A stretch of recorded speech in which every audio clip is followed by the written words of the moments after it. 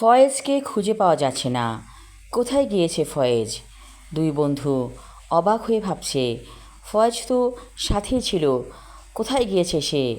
ভীষণ চিন্তায় পড়ে গেল সুলতান এবং রুম্মান। দূরে দেখা যাচ্ছে পাথরের ফাঁকে একটা সুড়ঙ্গ। আসলে কি এখানে সুড়ঙ্গ ছিল? সুলতান আর রুম্মান ধীরে ধীরে সুড়ঙ্গ পথে যেতে লাগলো। ওরা বিস্ময়ে হতবাক হয়ে যাচ্ছে। এত গভীর সেই সুড়ঙ্গ পথ।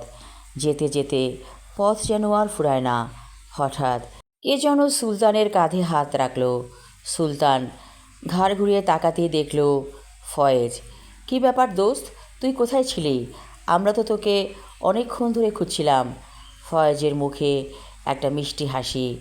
বলল, আমি তোদেরকে একটু চমকে দিয়েছিলাম, যার কারণে সুড়ঙ্গ পথে অনেক আগেই নেমে গিয়েছিলাম।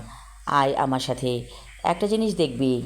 ওরা দুজন অনুসরণ করতে লাগলো ফয়েজকে। যেতে যেতে দূরে ফয়েজ দেখালো অদ্ভুত একটা অন্যরকম জিনিস। দুজনে তাকিয়ে আছে ওই জিনিসটার দিকে। কি সেটা? ফয়েজকে বলল রুম্মান, ফয়েজ কি দেখাচ্ছিস? বুঝতে পারছি না।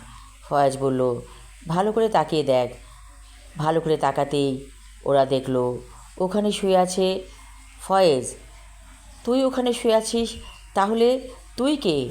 চিৎকার করে বলল সুলতান। ফয়েজ বলল, আমি কে এখনও বুঝতে পারিসনি? তখন সুলতানের বুকটা থরথর করে কাঁপতে লাগলো, গলা শুকিয়ে কাঠ। রুম্মানের কিছু দোয়া জানা ছিল, সে সমানে দোয়া পড়তে লাগলো। হঠাৎ করে সেই জিনিসটা আর চোখের সামনে নেই। দূরে দেখলো ফয়েজ শুয়ে আছে। ফয়েজের কাছে যে ধরতেই ফয়েজ ধরফর করে উঠে বসলো। বলল, আমি কোথায় রে? কোথায় আছি আমি? সুলতান আর রুম্মান বলল, আমাদের সাথে চল, যেতে হবে। তারপর ফয়েজ ওদেরকে অনুসরণ করতে লাগলো।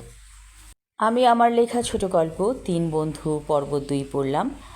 পরবর্তী অংশ থাকবে আগামী পর্বে। ধন্যবাদ।